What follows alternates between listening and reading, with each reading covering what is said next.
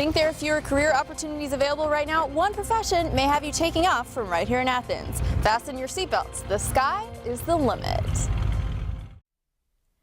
This is Matt and this is Toby. They're from different parts of the world, but they have the same career goal, to become commercial airline pilots. And they're here in Athens working on it.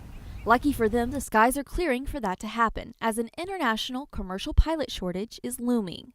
With an aging pilot group nearing retirement and a fierce demand for commercial air travel increasing, Matt and Toby are positioning themselves for what could be bright news for the jobless rate.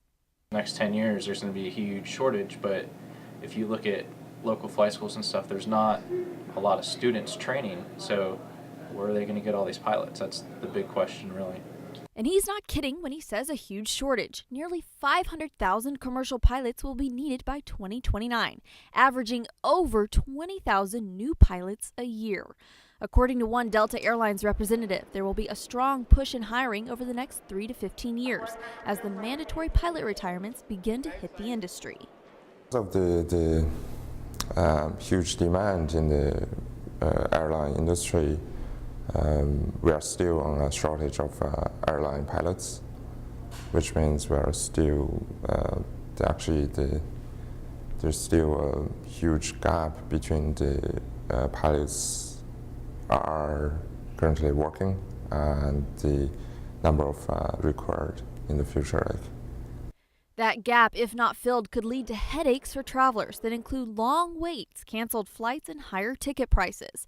While job openings for airline pilots at first blush appears to be exciting news, securing a spot in the right seat of a commercial jet takes years of training and a significant amount of money. Hopefully they're going to kind of raise their pay, do something, because they're going to have to do something to get pilots in. As for right now, they're not really making it easy for pilots because you have to have a 4-year degree and then pay for all of flight school, and then get paid really badly for like 5 years. So I don't know where they're going to get them from. Hopefully they'll lower some minimums for required hours or pay us better. Making things more difficult is that the airlines only have 2 sources to pull pilots from, the military and the private sector. The military is feeling the pinch of sequestration cuts that impact pilot training. We may have a few lean years ahead of us, but what that also tells me is we're going to go based on need versus want. And anything that goes back to need always turns out well in the end. You know, you think of Amelia Earhart way back when. They loved it back then just as much as we love it now. There's always a thrill of aviation. That thrill will still drive young pilots skyward. And for the students training at Ben-Epps Airport, there's a plane waiting for them at the end of the runway. From the flight deck at Grady Newsource, I'm Mamie.